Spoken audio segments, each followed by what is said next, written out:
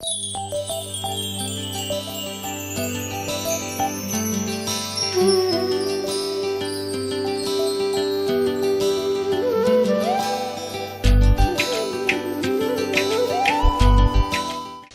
మధ్యలోకి నిలబడి చిలికేటట్టు, అలాగని అమరిక లేకుండా తిప్పితే పెరుగు తొలికిపోతుంది. అలా కాకుండా ఛర్ ఛస్ అని చప్పుడు వచ్చేటట్టుగా ఏదో పాల సముద్రాన్ని చిలుకుతున్నారా అన్నంత అందంగా ఉంటుంది. చిలికితే అందులోంచి వెన్న ముద్దలు పైకి తేరి ఆ కవ్వం నిండా కూడా ముద్ద అంటుకుంటుంది. ఆ అంటుకున్న ముద్ద బొటనవేలుతో తీసి గిన్నెలోకి వెన్న తీస్తారు. అది దధిమథన ప్రక్రియ అని గోపకాంతలకు అత్యంత పవిత్ర కర్మ. ఐశ్వర్యం అంతా అక్కడి నుంచే వస్తుంది కాబట్టి వాళ్ళు దాన్ని చేసేటప్పుడు పరమ జాగ్రత్తతో చేస్తారు.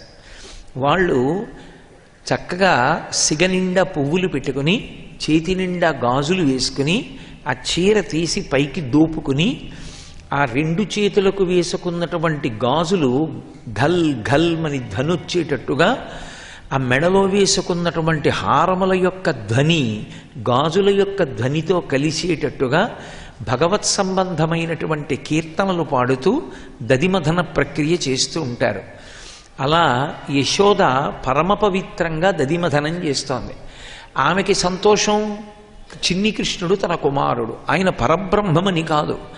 పరబ్రహ్మమని తెలియకపోయినా నిజంగా పరబ్రహ్మానికి అపకారం చేద్దామని వచ్చినటువంటి పూతనయే ఆయన యొక్క సౌందర్యము చేత ఆకర్షితురాలైతే బ్రహ్మగారిని వరమడిగి యశోదగా ఈ భూమండలం మీద జన్మించి కృష్ణ పరమాత్మకి తల్లిగా పాలిచ్చి పోషించినటువంటి యశోద ఎంత ఆనందాన్ని అనుభవించి ఉంటుంది. అందుకే కృష్ణ స్మరణల చేత పునీతమైపోయింది ఆవిడ. కృష్ణ తత్వమునందు ఒక లక్షణం ఉంటుంది. కృష్ణతత్వానికి ఉన్న గొప్పతనం ఎక్కడుంటుంది అంటే కృష్ణ స్మరణము చాలు. కృష్ణుని గురించి స్మరిస్తే, అందుకే లీలలన్నీ కూడా స్మరణయోగ్యములై స్మరిస్తే మనసుని పట్టుకునేవై ఉంటాయి. ఆయన చేసినటువంటి లీలలు కూడా రజోగుణ తమోగుణ సంపర్కం ఉన్న వాళ్ళు కూడా తలుచుకోవడానికి యోగ్యమైన రీతిలో ఆ లీలలు ఉంటాయి. అటువంటి లీలలు చేశాడు ఆయన.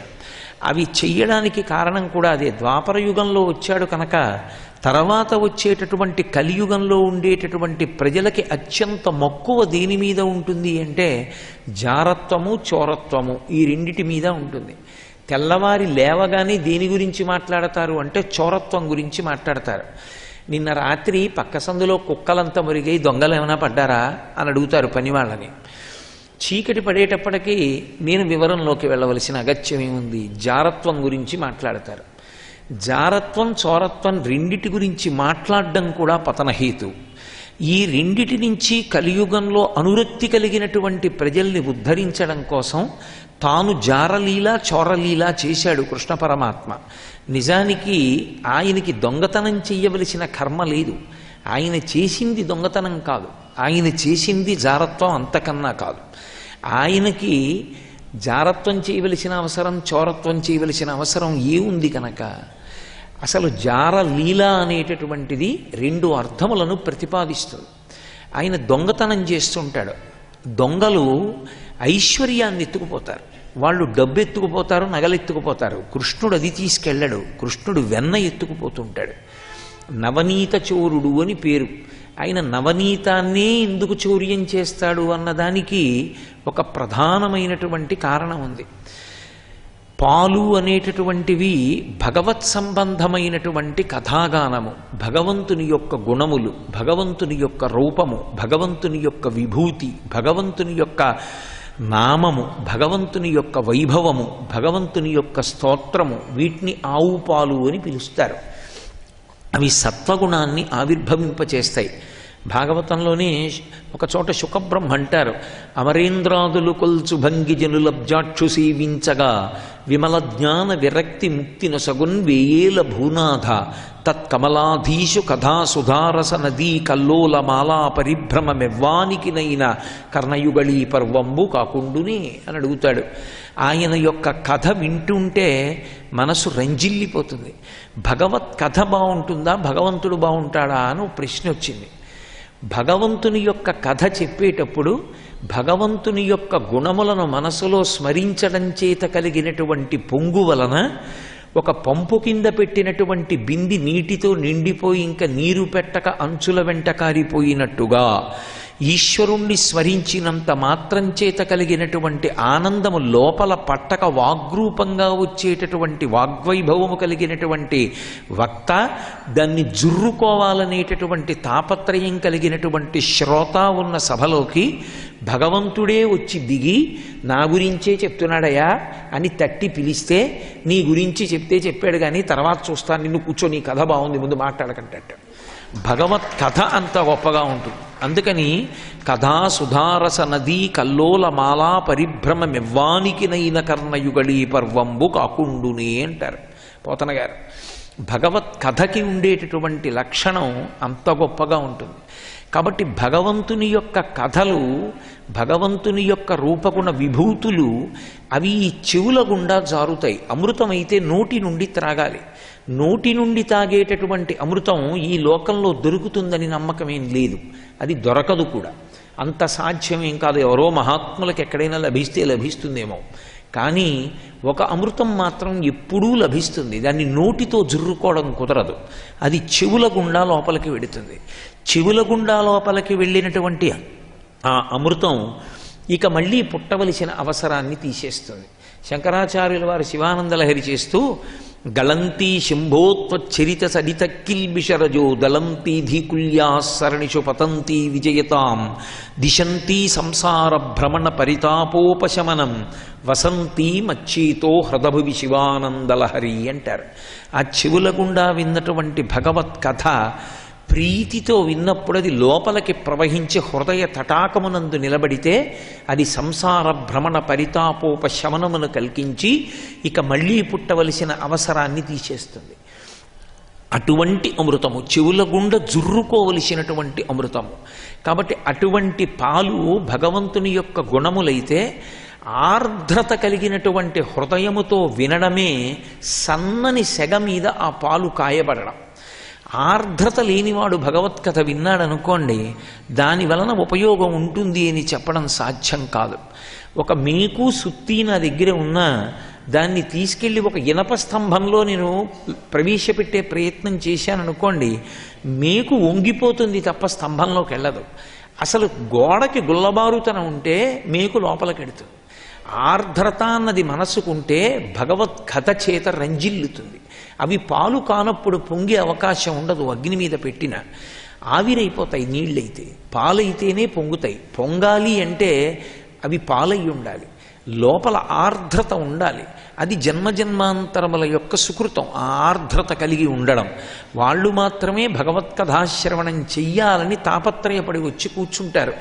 అలా కూర్చున్నాడు అంటే నేను మీతో పరమసత్యం చెప్తున్నా, భాగవతం చెప్పే చోటికి ఎవరైనా వెళ్ళి కూర్చున్నాడు, సభాప్రవేశం చేశాడు అంటే శాస్త్రంలో కొన్ని కోట్ల జన్మల తరువాత ఈశ్వరానుగ్రహం పొందినవాడు అని గుర్తు. లేకపోతే భాగవతం జరుగుతున్న సభలోకి ప్రవేశం ఉండదు. ఏదో ఒక ప్రతిబంధకం వచ్చి వెళ్లకుండా చేస్తుంది, ఆ సభలో ఉండకుండా చేసి తప్పిస్తుంది.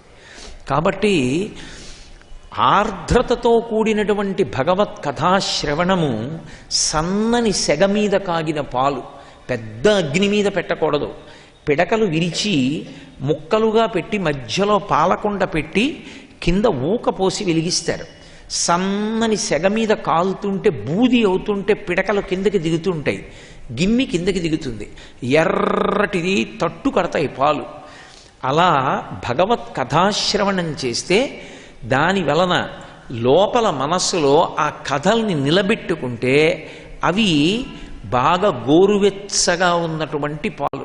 దీనికి తోడు దొరకాలి. తోడంటే ఇతపూర్వం భగవంతుని యొక్క గుణములను అనుభవించినటువంటి వాని యొక్క సహవాసము కుదిరితే ఆయన యొక్క మాటలు, ఆ సత్పురుషుని యొక్క మాటల చేత ఈ లోపల విన్నటువంటి విషయాలు ఘనీభవిస్తాయి.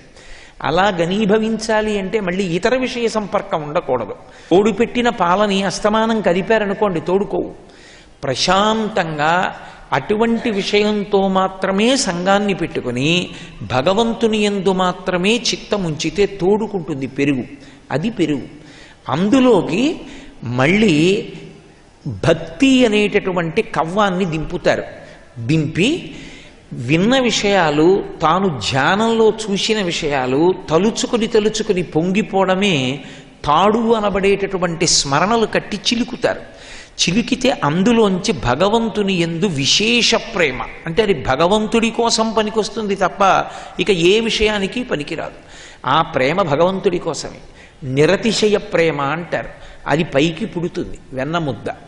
ఈ పుట్టిన ముద్ద పైన కుండలో ఎలా పుడుతుందో ఇక్కడ కుండలో అలా పుడుతుంది. శరీరం ఒక భాండము, ఈ కుండలో పుడుతుంది.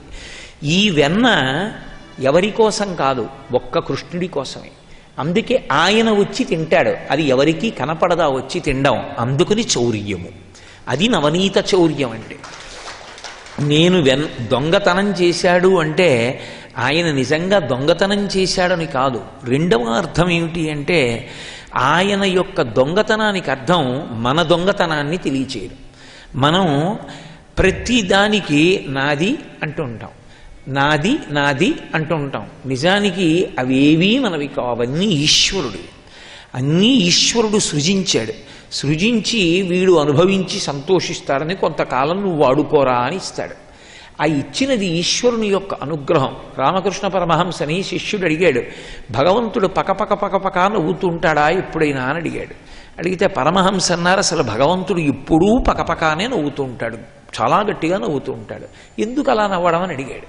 అంటే ఎందరో వచ్చి వెళ్ళిపోయారు, ఈ భూమిని ఆయన సృజించాడు. ఎందరో వచ్చి వెళ్ళిపోయినా తెల్లవారేటప్పటికీ మళ్ళీ పట్టుకుని భూమికి కొలతలు వేసుకుని దస్తావేజులు రాసుకుని రిజిస్ట్రార్ ఆఫీస్కి వెళ్తూ ఉంటారు. ఇలా వచ్చిన వాళ్ళు ఎందరో వెళ్ళిపోయారు, మళ్ళీ వీడోడు బయలుదేరాడు రా పట్టుకుని వాళ్ళని చూసి ఈశ్వరుడు నవ్వుతూ ఉంటాడు అన్నారు. కాబట్టి కారే రాజులు రాజ్యములు గెలువరే గర్వోన్నతిం పొందరే వారీరి సిరి మూట కట్టుకుని పోవంజాలిరే భూమిపై పేరైనన్ కలదే శిబి ప్రముఖులన్ ప్రీతిన్ యశక్కాములై ఈరే కోర్కెలు వరలంతలపరే కాలమున్ భార్గవ అంటారు. కాబట్టి భగవంతునికి సంబంధించినవి భగవత్ ప్రసాదంగా వాడుకున్నాడు అనుకోండి. అద్దె ఇంట్లో ఉన్నవాడు మహానుభావుడు ఏదో తక్కువ అద్దెకి ఇచ్చాడండి, సౌకర్యంగా ఉంటున్నాం, ఇప్పుడు ఏం కావాల్సి వచ్చినా ఆయన చేయించి పెడుతూ ఉంటాడంటే యజమాని ఇంకో 2 ఏళ్ళు ఉండనిస్తాడు. నాదేనండి ఇల్లు అని చెప్పడం మొదలెట్టాడు అనుకోండి, ఏమో కబ్జా చేస్తాడేమో అని అనుమానం వచ్చి ఖాళీ చేయించేస్తాడు.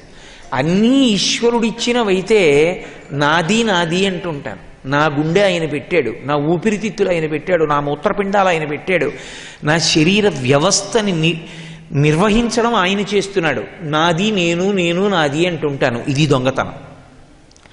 ఈ దొంగతనాన్ని గుర్తు చేయడం ఆయన చోరత్వం. అంతేకాని నిజంగా ఆయన దొంగతనం చెయ్యాలి అంటే ఆయనది కానిదొకటి ఆయన ఎత్తుకెళ్ళాలి. అసలు ఆయనది కానిది ఏముంది ఈ ప్రపంచంలో ఎత్తుకెళ్ళడానికి? కాబట్టి ఇంక అసలు చోరలీల ఆయనకి ఎలా అన్వయం అవుతుంది? అందుకని అది లీలైంది. మన దొంగతనాన్ని మనకి చెప్తాడు కాబట్టి కనీసం కృష్ణుడు వెన్న దొంగ అనైనా పొద్దున్నే అంటాడేమో, నన్ను నిందించినా పర్వాలేదు, నా దొంగతనాలు తలుచుకుని వాడు మురిసిపోతే నా లీలలు చెప్పుకున్నాడు కాబట్టి నా స్మరణ చేత పాపం విరిచేస్తానని. కలియుగంలో దొంగతనం గురించి ఎక్కువ మాట్లాడతారు కాబట్టి ద్వాపర యుగంలో చోరలీల చేశాడు. రెండవది జారలీల. జారత్వము అని ఎప్పుడంటారు? జారత్వము అంటే అసలు ఆర్జించి తెచ్చి తాళికట్టి పోషించేటటువంటి భర్త ఒకడైతే ఆ భర్త పట్ల పరమ అమర్యాదతో ప్రవర్తించి వేరొక పురుషుని యందు అనురక్తి కలిగినటువంటి స్త్రీ జారిణి అని పిలువబడుతుంది. ధర్మపత్నిగా ఒకతిని అగ్నిహోత్రం సమక్షంలో స్వీకరించి ఆమె తన యందు అనువర్తించేటటువంటి స్వభావంతో ఉండగా ఆమెని కాదని పరస్త్రీతో సంగమ సుఖాన్ని అనుభవించినటువంటి దౌర్భాగ్యుణ్ణి జారుడు అని పిలుస్తారు. ఇప్పుడు పతిని విడిచిపెట్టి తిరిగితే జారిణి. ప్రధానంగా జారత్వం అనేటటువంటిది స్త్రీపరంగా చెప్తారు. పతిని విడిచిపెడితే, సతిని విడిచిపెట్టిన దోషమే, అది తప్పు కాదు అని నేను ఎంత మాత్రమూ సమర్థించట్లేదని మీరు గమనించవలసి ఉంటుంది. ఎందుకు పతివైపుకి అన్వయం చేయవలసి ఉంటుంది అంటే ఆధ్యాత్మిక విద్య యందు మనందరం కూడా సతులమే, పతులెవరు ఉండరు. ఏదో లౌకికంగా నేను నా భార్యకి పతిని కానీ యథార్థమునకు నేను కూడా సతిని. ఎందుకని? నిన్ననే మీతో మనవి చేశా, మనందరికీ పతి ఒక్కడే, పతి గతి వాడొక్కడే, వాడిని చేరవలసి ఉంటుంది. నాకు పతి వాడు అని చెప్పవలసిన నేను, నాకు మహానుభావుడు ఆయనేనండి నా పతి, నా దిక్కు ఆయనేనండి, నాకు ఆయనేనండి ఉద్యోగం ఇచ్చాడు, ఆయనేనండి ప్రమోషన్ ఇచ్చాడు, ఆయనేనండి ఓ రోజు సెలవు ఇచ్చాడు, ఆయనేనండి ఓ పంచెల చాప్ ఇచ్చాడని కనబడ్డ ప్రతివాణ్ణి స్తోత్రం చేస్తున్నావే, ఇంత భక్తి భావన, ఇంత స్తోత్రం నీకు ఈశ్వరుడి పట్ల ఉందా? వాడు పతి కనుక, వాడిని చేరాలి కనుక. పతి వాడై ఉంటే వాణ్ణి విడిచి వేరొకడిని పతిగా భావించడం దోషం కనుక, ఆధ్యాత్మ విద్య యందు మనందరం సతులమే కనుక, మన జారత్వాన్ని చూపించడానికి తాను జారలీల వంటి రాసలీల చేశాడు తప్ప అది జారలీల కానీ కాదు. కాబట్టి ద్వాపర యుగంలో ఆయన చేసినటువంటి 2 లీలలు ఎవరి కొరకు అంటే, కేవలము కలియుగంలో వచ్చేటటువంటి మనుష్యులు స్మరించి పాపముల నుండి వినిర్ముక్తులు కావడానికి చేశాడు. అందుకే కృష్ణ కథలు స్మరింపబడుతూ ఉండాలి, కృష్ణుని యొక్క కథా గానము జరుగుతూ ఉండాలి. ఎప్పుడూ కూడా కృష్ణ నామము, కృష్ణ కథ నోటిలో పాటగా వెడుతూ ఉండాలి. అందుకే మా చిన్నతనంలో ఎప్పుడూ కృష్ణుడి మీద పాటలు ఎక్కువగా పాడుతూ ఉండేవారు పెద్దవాళ్ళు కూడా. ఎందుచేత అంటే దానికి ఒక్కటే కారణం, కృష్ణుడి మీద పాటలు పాడి కృష్ణుణ్ణి మనసులో స్మరించినంత మాత్రం చేత అది పాప దహనం చేస్తుంది. మీతో నేను అజామిలోపాఖ్యానం ప్రస్తావించి ఉన్నాను. ఔషధం అని తెలియక వేసుకున్నా అది రోగాన్ని పోగొడుతుంది, అగ్నిహోత్రము అని తెలియక ముట్టుకున్నా అది కాలుస్తుంది. కృష్ణ నామమునకు కృష్ణ లీలలకు ఉండేటటువంటి శక్తి ఏమి అంటే, అది అంత శక్తివంతమని తెలియక స్మరించినా అది పాపదహనం చేస్తుంది. అది పరిపూర్ణావతారం కనుక కృష్ణుడు తన బిడ్డగా ఉండగా ఆయన యొక్క కథలను స్మరించి ఆ కృష్ణుడి మీద పాటలు పాడుకోవడని యశోద పొంగిపోయింది అంటే అందులో ఆశ్చర్యం ఏముంటుంది? కాబట్టి ఆమె తన పిల్లవాడినే స్మరణలలోకి తెచ్చుకుంటుంది. ప్రేమ ఎక్కడ పొంగిపోతుందో అక్కడ అలవోకగా కీర్తనం వస్తుంది. మీరు చూడండి, నోరు విప్పి మాట్లాడనటువంటి ఆడవాళ్ళు కొంతమంది ఉంటారు. అసలు ఒక్క మాట మాట్లాడితే వరహాల మూట, ఎక్కువ మాట్లాడరు. అది మంచిదే, తప్పేం కాదు, నేను దాన్ని తప్పు పట్టట్లేదు కూడా. కానీ బిడ్డలు పుట్టేటప్పటికి చూడండి, ఎన్ని పాటలు వచ్చేస్తాయో నోట్లోంచి, ఎన్ని కీర్తనలు వచ్చేస్తాయో. నా బంగారు కొండ, నా వరహాల మూట, నా బుజ్జి కన్నా, నా పండుగాడు, ఎన్ని కీర్తనలు చేసేస్తారో. ఎంత సంతోషమో! ఎక్కడి నుంచి వచ్చింది? ఏమన్నా నేర్చుకుంది ఏమిటి? నా బిడ్డ అన్న ప్రీతి ఎక్కువైపోతే ఇది స్తోత్రం అయిపోతుంది. అది లౌకికంగా బిడ్డ మీద కెడితే బంధనహేతు, పరమేశ్వరుణ్ణి బిడ్డగా భావిస్తే బంధనాన్ని విప్పుతుంది. తెలిసో తెలియకో పరమేశ్వరుడు బిడ్డలని తెలియదు, కానీ ఆయన్ని స్తోత్రం చేస్తోంది యశోద. కొడుకు మీద ప్రేమ పొంగి ఆయనని స్తోత్రం చేస్తూ దదిమథనం చేస్తోంది. మళ్ళీ వెనక్కి రండి. ఆమె పెరుగు చిలుకుతున్న చోటు నుంచి నేను ఆ లీలల్లోకి వెళ్ళాను. మళ్ళీ ఆ పెరుగు చిలుకుతోంది ఆమె. ఆ పెరుగు చిలుకుతుండగా పరమేశ్వరుడు మనస్సులో ఒక సంకల్పం చేశాడు, పరిపూర్ణావతారం.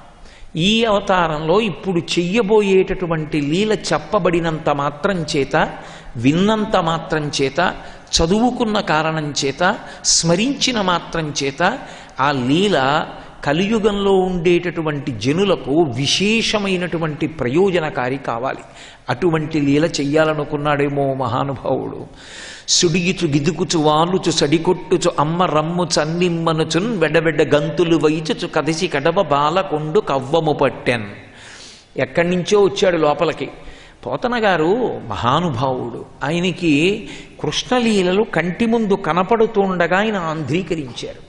ఏదో జ్ఞాపకం తెచ్చుకుని సంస్కృత శ్లోకం చూస్తూ దానికి తత్తుల్యమైన తెలుగు మాటలు వెతుక్కుంటూ ఆంధ్రీకరించిన ఆంధ్రీకరణ కాదు. వారు ఒక్కొక్క ఘట్టాన్ని ఆంధ్రీకరిస్తుంటే ఈశ్వరుడు పలికాడు ఆయనకి. ఆయన యజ్ఞవరాహమూర్తి ఘట్టాన్ని ఆంధ్రీకరిస్తుంటే ఆయన్ని నిగ్రహించడానికి మహారాజు వచ్చాడు. బలవంతంగా భాగవతాన్ని అంకితం పొందడానికి సేనానిని పంపాడు.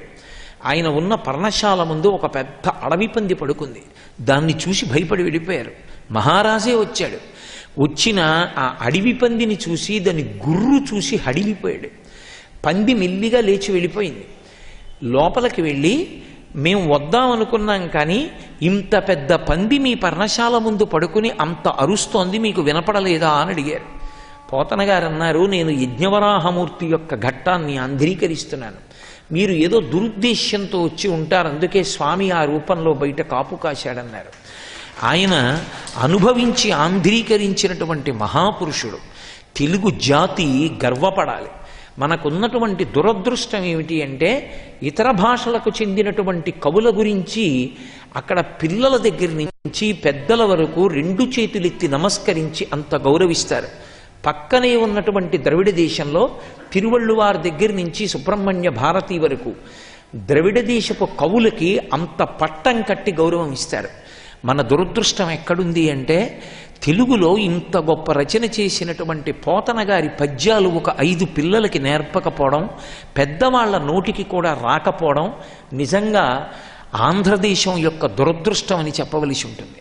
అంతటి మహానుభావుడు పోతన గారు, అంత గొప్ప శక్తిని పొంది ఆంధ్రీకరించిన వారు. అందుకే వారి కంటి ముందు ద్యోతకమయ్యాయి సన్నివేశాలు. సుడియుచు గిదుకుచు వ్రాలుచు సడికొట్టుచు అమ్మ రమ్ము చన్నిమ్మనుచున్ వెడవెడ గంతులు వైచుచు కదిసి కడవ బాలకుండు కవ్వము పట్టెన్. చిన్న పద్యంలో కృష్ణుడి అల్లరినంతటినీ ఆవిష్కరించేశారు. ఎక్కడో ఆడుకుంటున్నాడు పిల్లలతో. ఆడుకుంటున్నవాడు ఆ దుమ్ముతోటి ధూళితోటి ఒంటి నిండా మట్టి పోసుకుని పరుగుని ఇంట్లోకి వచ్చాడు. అమ్మ అమ్మ అమ్మ నాకు ఆకలేసేస్తోందమ్మా, నాకు తొందరగా పాలు ఇయ్యమ్మా, నేను పాలు తాగేయాలమ్మా, బయటికి వెళ్ళిపోవాలమ్మా, పిల్లలందరూ ఆడుతున్నారమ్మా, నా కోసం ఎదురు చూస్తుండాలమ్మా, నేను వెళ్ళిపోవాలమ్మా, అమ్మ నాకు పాలు ఇమ్మంటున్నాను కదా, ఏంటమ్మా నువ్వు చల్ల చేసుకుంటావు, నాకు పాలు ఇయ్యమ్మా అని గద్దించాడు.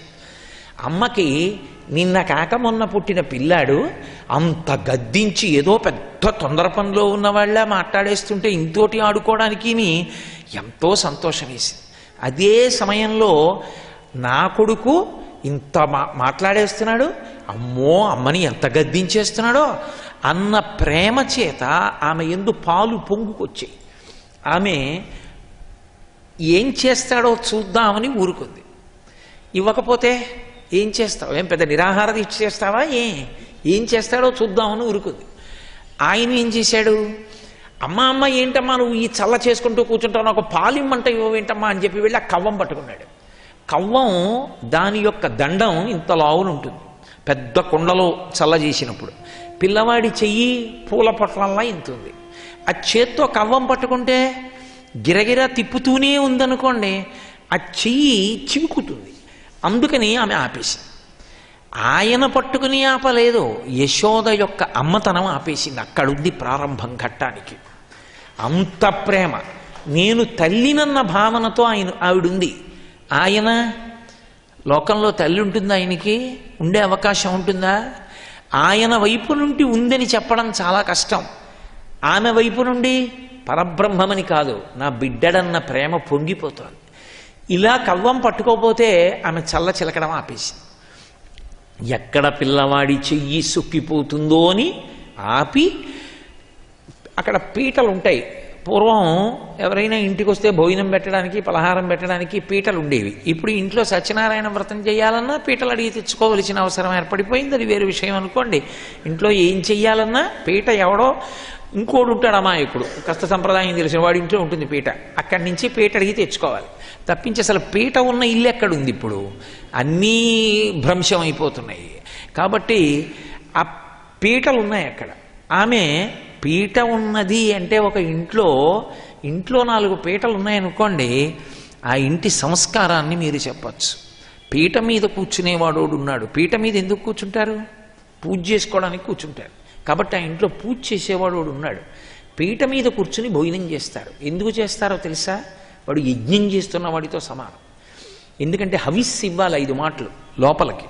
హవిస్సు ఇచ్చేటప్పుడు బ్రాహ్మణ పృష్ఠం నేలని తాకకూడదు. అందుకని పీట మీద కూర్చుంటాడు. సర్వం శ్రీ ఉమామహేశ్వర పరబ్రహ్మార్పణమస్తు. స్వస్తి.